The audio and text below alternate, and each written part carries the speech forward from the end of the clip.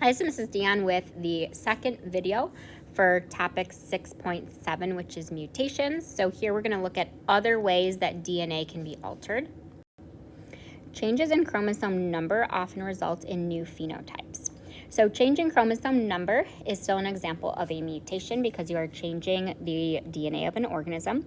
Non-disjunction is something that we learned about in the heredity unit. This can change chromosome number because it is when chromosomes don't separate properly during cell division, either mitosis or meiosis, so then you get cells with either extra or missing chromosomes. When non-disjunction happens in mitosis, sister chromatids don't separate properly. So in this image, we can see that the orange chromosome, those sister chromatids did separate properly, but they did not separate with the green chromosome, so that is why you have 2 copies of that chromosome in one cell and none in the other.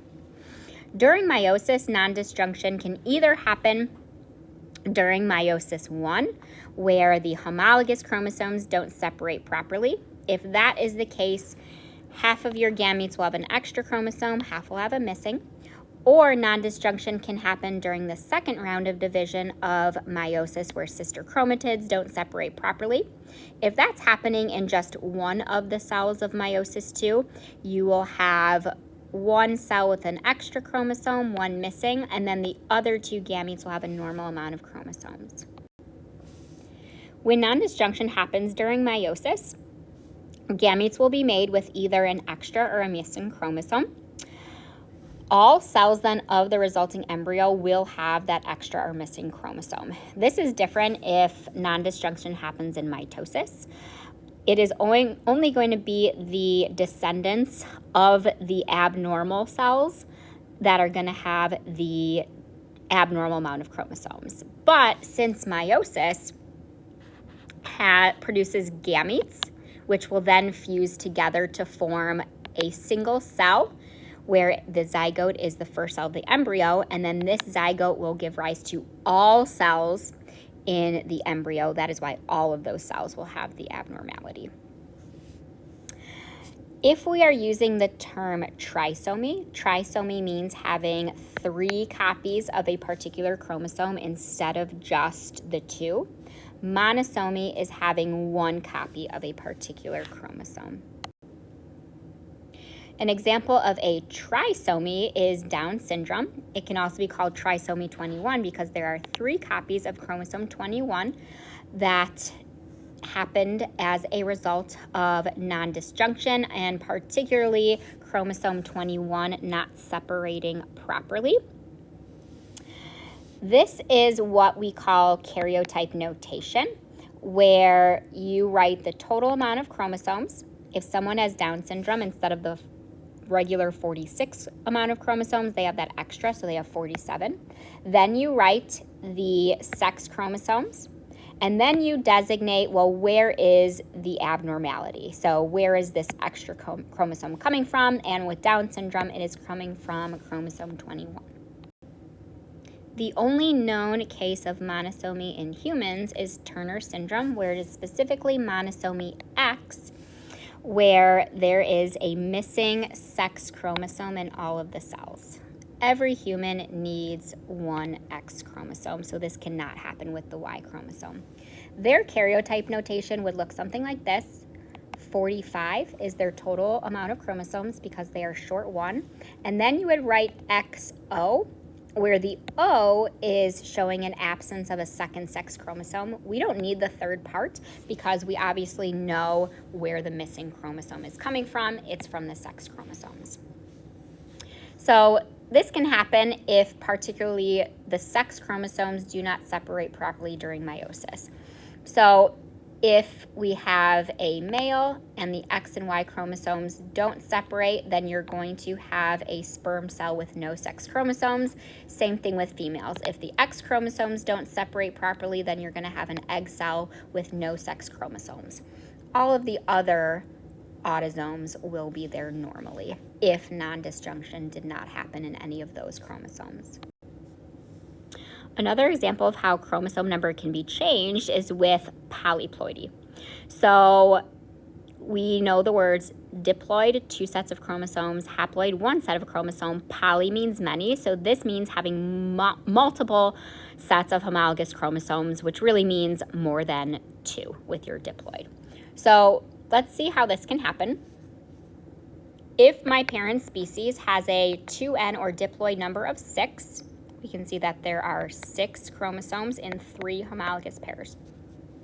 If there is a cell division error in that cell from no mitosis occurring after DNA replication in S phase, so the DNA is replicated, but then there's no cell division, now the chromosome number has doubled. So now this cell is tetraploid. It has 4 of every chromosome, so it's 4N with 12 total chromosomes. If this happens in a plant that has both male and female parts, you can have this plant still reproducing. So if we have meiosis happening in flowers on a tetraploid branch of a plant, a tetraploid cell will go through meiosis and still cut chromosome number in half. So the gametes made will be diploid, where they will have 2 sets of chromosomes and 6 total chromosomes. And because if this is a plant, again, that is capable of self-fertilization, if it produces both male and female gametes, then you are going to make more of this tetraploid plant. And we're going to see in the evolution unit how this plant is now reproductively isolated from the diploid parent species. One possible result of polyploidy is that it can result in sterility, meaning that the organism cannot reproduce or is infertile. We see this with a lot of bananas. So bananas that you consume are seedless or have very, very tiny seeds, where wild bananas, before any selective breeding, we see have these very large seeds, and seeds are how plants reproduce. So this particular strain of bananas are triploid, where triploid is a type of polyploidy. They result from a tetraploid banana strain being mated with a diploid, because a tetraploid organism is going to make diploid gametes, because meiosis is just going to cut chromosome number in half. And then diploid organisms are going to make haploid gametes. So when those fuse together, you're going to get a triploid offspring. Triploid offspring cannot make viable gametes. And the reason they cannot make viable gametes is because there's not proper homologous chromosome pairing during meiosis. Prophase 1 of meiosis, homologous chromosomes are supposed to pair up. We don't have these equal amount of homologous pairs. So without viable gametes, you're not going to get any seeds or plant babies. So these triploid bananas are sterile. However, they can be grown by vegetative propagation, which is asexual reproduction in plants. Seedless watermelon are also triploid, and they are created the same way by crossing a tetraploid strain of watermelon with a diploid, where their gametes then will be diploid and haploid, and that will fuse in order to make a triploid watermelon. While polyploidy can make some organisms sterile, polyploidy in plants can also result in what we say increased vigor, which is increased health or increased hardiness. We do see this way more in plants because just for some reason, how plants develop, they can handle extra chromosomes better than animals. So we can see that these strawberries are phenotypically larger than normal. These strawberries are octoploid, where they have 8 sets of chromosomes, and these ones are still fertile because compared to a triploid organism having 8 sets of chromosomes, there's an even amount of chromosomes, so chromosomes can properly pair up during meiosis and then also separate properly. Another way to change the DNA of an organism is through horizontal gene transfer.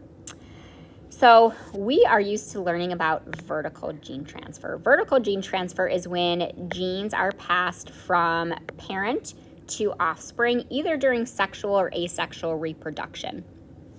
So here we can see that if this is a cell dividing, starting with one cell producing two identical cells, and then this occurring again, vertical gene transmission is just parent or parent cell to offspring or daughter cells. Horizontal gene transfer is the exchange of genetic material between different genomes or unrelated organisms. So horizontal gene transfer you can also think of as transferring genes in any other mechanism aside from typical vertical gene transfer. Horizontal gene transfer mechanisms are really important for prokaryotes because they only reproduce asexually.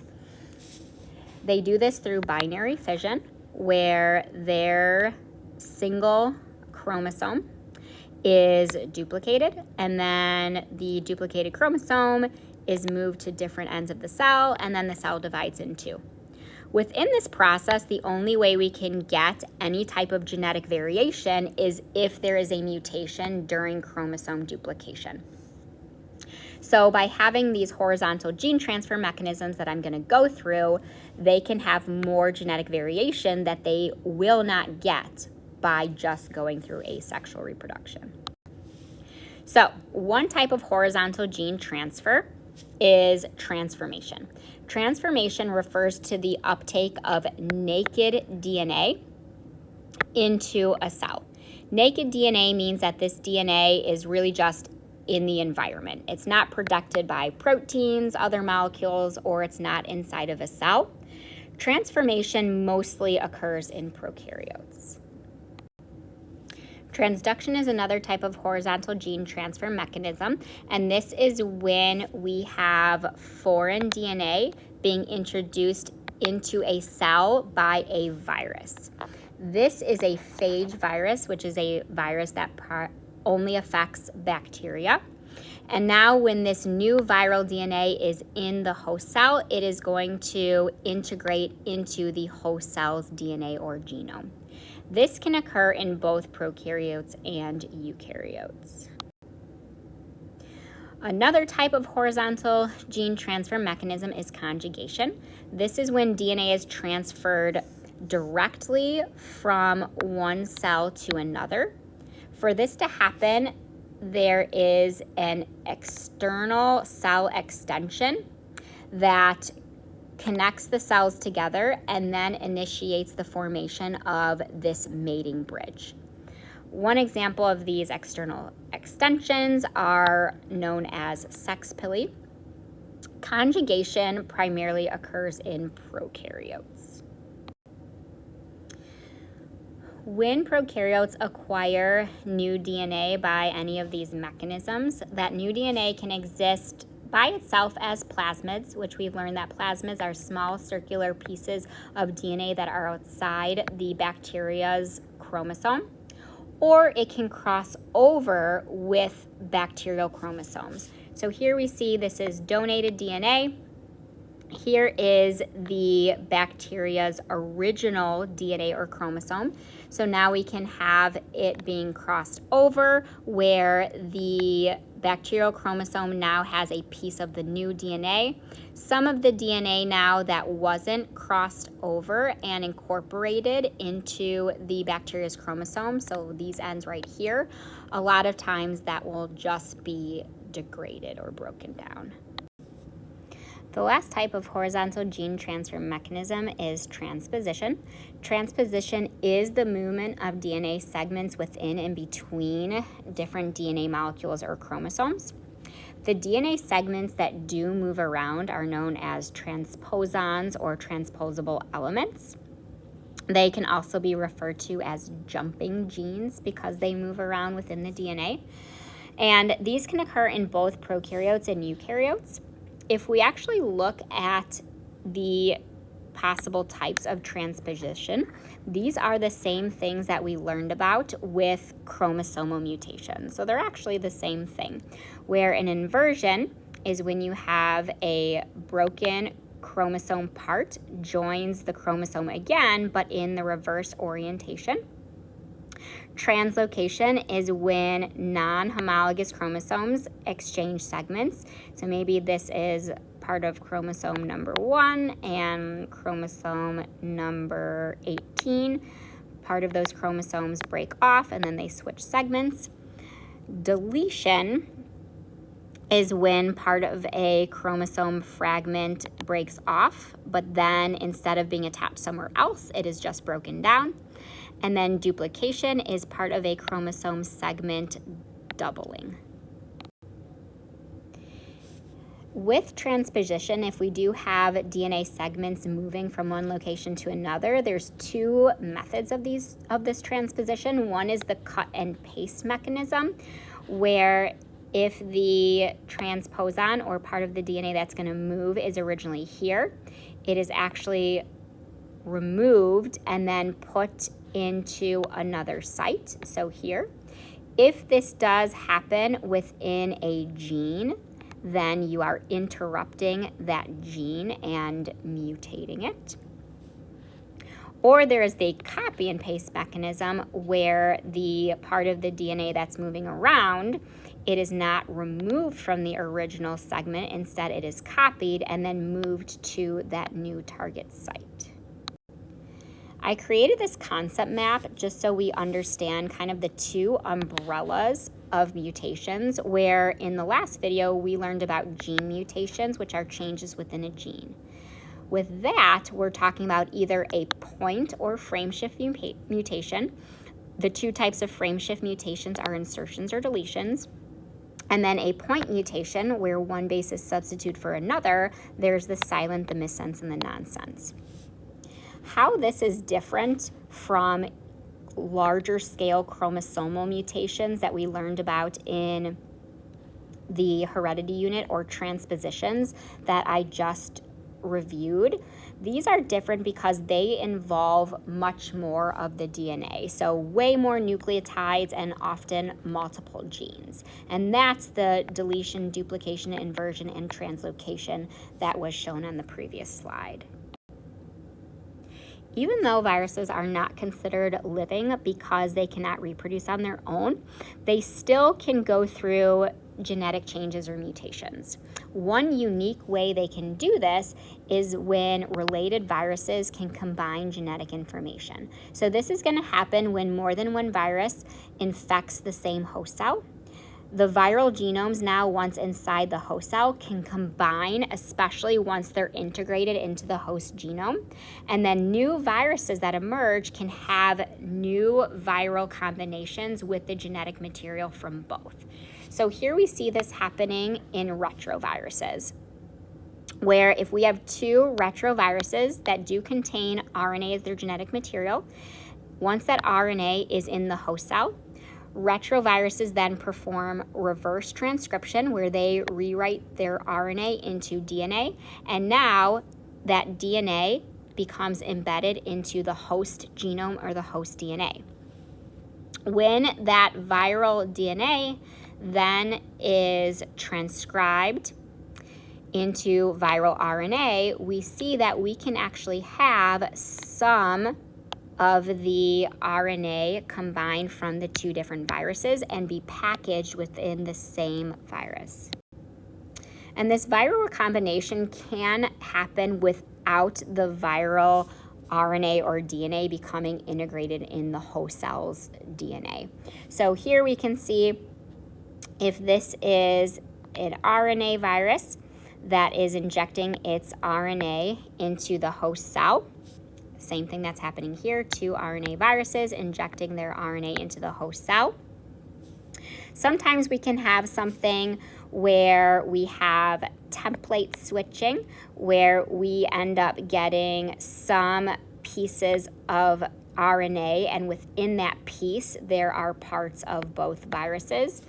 Or we can have something called viral reassortment, and this is if there are viruses that have multiple separate pieces of RNA, and then if some of those are packaged into viruses in different combinations, now we have this new novel virus.